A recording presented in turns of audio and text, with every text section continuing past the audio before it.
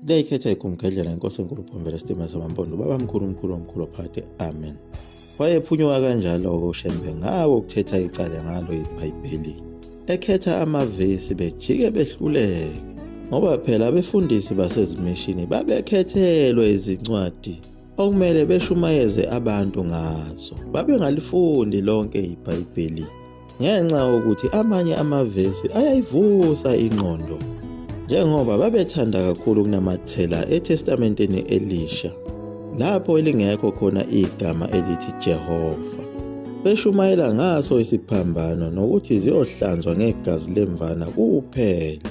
ITestamente Elidala belinyanya kakhulu bethi imithetho kaMose isivumelwano esidala, besho phela imithetho kaJehova kaNkulunkulu bayibiza ngemithetho kaMose isivumelwano esidala, bese bephila ngayo phela imithetho eTestamente Elisha eyabhalwa yilo leli Roma ekuthiwa uPaul Titus phela uPawuli, okuyena owayesewuNkulunkulu wazo izimishini ngezincwadi zakhe ayezibhalile eBhayibhelini ekubeni engakaze abonane ngisho nanaye uJesu. Phela uShembe wayephuma phambili kuwo wonke lamacala akhe ayemaningi ababemfakela wona. Ayikho inkantolo noma ijele angakaze alibhade kulo. Asazi noma ayilingana yini namacala kaMsholozi. Nakhona eGroutville wafika phela ayoshumayela khona, lapho kuthiwa ikwaDukuza khona. Wathi sashumayela wafika isigijimi sasithunywe yibo abefundisi, simmema lesi sigijimi ukuthi abafundisi bamdinga ukuba kuyohlanganelwa endlini enkulu yesonto lakhona lapha kwaDukuza. Wabonakala ithule lapho umfoka Mayekisa wangaphendula wangacacisa noma uzofika noma cha. Kuthena uma isithunywa sesihambile wasetshela ibandla ukuthi laba bantu abangibizayo izitha zami. Sabuya futhi isibonakaliso saleyanja ejaha inyamazana. Yize wayebona kodwa waya kubo laba bantu. Wathi uma ifika uShembe nalo ibandla lakhe, baphuma bonke abantu kuleli sonto elikhulu, bama egcekeni basebetshela uShembe kanye nabalandeli bakhe ukuthi sifuna wena kuphela lapha. Wathiwa ibandla lakhe alisale lingangeni. Wayehamba nabantu ababeyidlanzana, wabesengena yedwa phakathi kule ndlu yesonto. Kwaphela isikhashana kwazwakala ngobugudlugudlu kwawamabhentshi nezihlalo. Wacaca ukuthi inkulu indaba laphakathi esontweni kuyaliwa. Base bemdumele uShembe bamhleli ngobhongwane. Manje abanye bathi bambamba izandla nezinyawo, kodwa manje imizamo yabo ayiphumeleli. Inyama yakhe phela iyavele yashelela. Kwazwakala omunye esethi lo muntu uphuma amanzi, omunye wathi lo muntu uphuma amafutha emzimbeni. Bamyeka. Basho abanye bathi phuma Shembe uhambe lapha uNkulunkulu wakho mkhulu, kodwa abanye babecasuke kakhulu bengafuni ukuvuma. Wathi uma esephumile wabuya futhi wazongena lapha phakathi. Wathi usale ubhoko lwami lapha. Walibona. Wathi mayithi uyalithatha nje banqaba nalo abanye bathi ngeke kulithola. Wabayeka kanjalo wahamba wabashiya namazwi ukuthi abangazi ukuthi ngubani. Ngempela lwasala kanjalo lolo bhoko, kodwa labafakela usizo olukhulu ngoba kwafa yonke into eyayikhona esontweni. Ilapho abaxwaya khona ukuthi lona bekuwumuntu wezimanga. Bafuna umuntu osonta kulo leli sonto lalomuntu ukuba akathathe lolu bhoko alihambise alibuyisele kuye lo muntu lingaze limoshe kakhulu izinto. Kanti uShembe wayengasekho nakuyo le ndawo yaseGroutville. Baze bathola enye insizwa okuthiwa nguMeni Mkhabela. Wakhona lapha kwaDukuza. Walithatha walihambisa khona ekuphakameni. Kodwa uShembe wayengekho, wayesahambile esewuthandaza kwezinye indawo. Wathi mayifika wafica ubhoko lakhe selukho. Lolu bhoko phela kwaziwa ukuthi uShembe wayelithathephi, ngoba yilo lolu olwalwenza umsebenzi wokuhola izitsha zikaNkulunkulu uma sekuyiwa entabeni.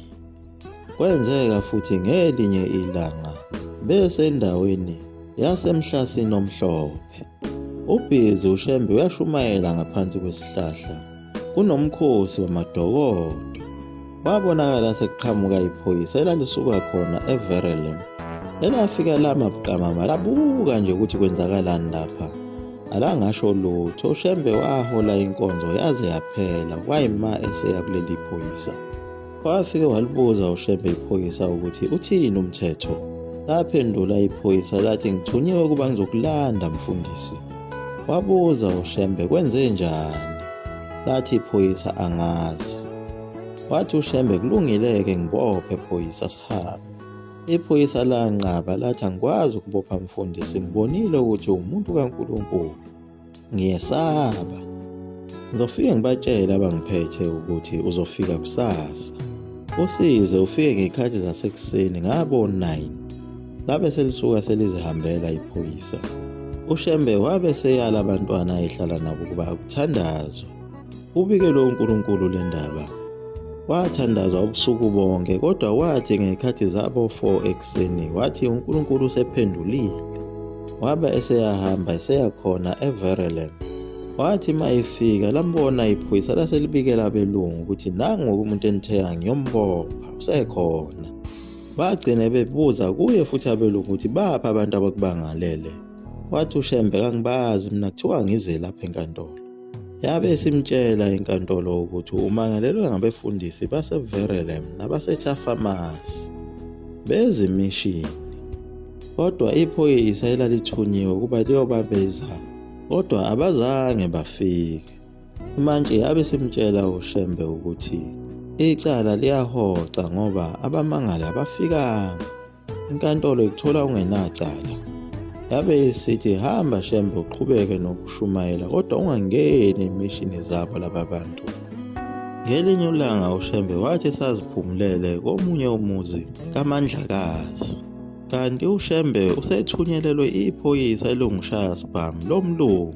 Lalihamba limzingela laze lafika kuwo lo muzi kwaMandlakazi. Lafike lambuza kuye uMandlakazi owumnikazi womuzi. Balikhombisa iphoyisa. Lambuza ukuthi huwe uShembe, wavuma. Lapho selithi iphoyisa huwe lona ophazamisa umsebenzi wabefundisi bezimishini ngilandele. Kodwa uShembe akamlandelanga. Lo mlungu wavele wadonsa isibhamu base behamba naye uShembe baya ehlathini. uShembe wayiphethe imvubu ngesandla. Bangena kuleli ihlathi kwakunomfula unezimboma. Abantu babethukile kakhulu sebelindele phela ukuqhuma kwesibhamu. Lo mlungu wamkhomba uShembe ngaso isibhamu ngenhloso yokumdubula kodwa watholakala eseqhaqhazela. Esefikelwa ukwesaba okukhulu. Wabe sebuza ngokukhulu ukwesaba ukuthi ungubani kanti wena ngoba bengithunyiwe ukuthi ngizokubulala. uShembe wathi yenza lokho okuthunyiwe. Umlungu waphendula wathi angikwazi ukwenza ngoba wena awuyena umuntu. Kungcono ubuyele emuva lapho kade ukhona. Ngizobatshela laba abangithumileyo ukuthi angikutholanga. Ngifike usuhambile. Wayemcela uShembe lo mlungu ukuthi uShembe akasuke kule ndawo ukuze labantu bakholwe ukuthi lo mlungu befuna ukumbulala ngempela. Kodwa wathi mayephuma lapha ehlathini uShembe baba ukuvela nje kubazalwane bakhala abazalwane abanye babebhuquza phansi. Abanye babedumele kakhulu. Buhlungu phela inhliziyo yabo abantu ukuthi sebezolahlekelwa manje yilo leli ithemba elinguShembe. Njengoba basebephelelwe yikho konke ababenakho okwakuyigugu lase-Afrika. Njengoba babengasenawo umhlaba kanye nemfuyo. Uma manje sebebona umlungu futhi ezoqeda ngakho konke asebethembele kukho. Kwabafikisela izinyembezi nosizi. Kodwa lokho kwakwenziwa uye futhi umuntu omnyama lona owayethathwe yilo uthando lwenkolo yasezimishini ukuthi azoqeda ngaleli gugu labantu. Njengoba kuuye futhi umuntu omnyama obelekelela amangisi kuzo lezi zimpi eze ewine. Kuyo impi yasesandlwana nayo impi yamakhanda. Wayesaqhubeka nawo umsebenzi umuntu omnyama wokubulala bona abaprofeti njengoba wayebabulalile emampondweni. Ngakho ukuthi abampimpe kubo abelungu. Kodwa kulesi sikhathi uyahluleka phela lo muntu omnyama. Wehlulwa nguShembe ngoba phela uNkulunkulu usezehlele yena emhlabeni. Waba ngumuntu ebantwini. Liyaguqa lapho igumkedlela mzulu amafutha omqovu into omnesuka phakathi. Amen.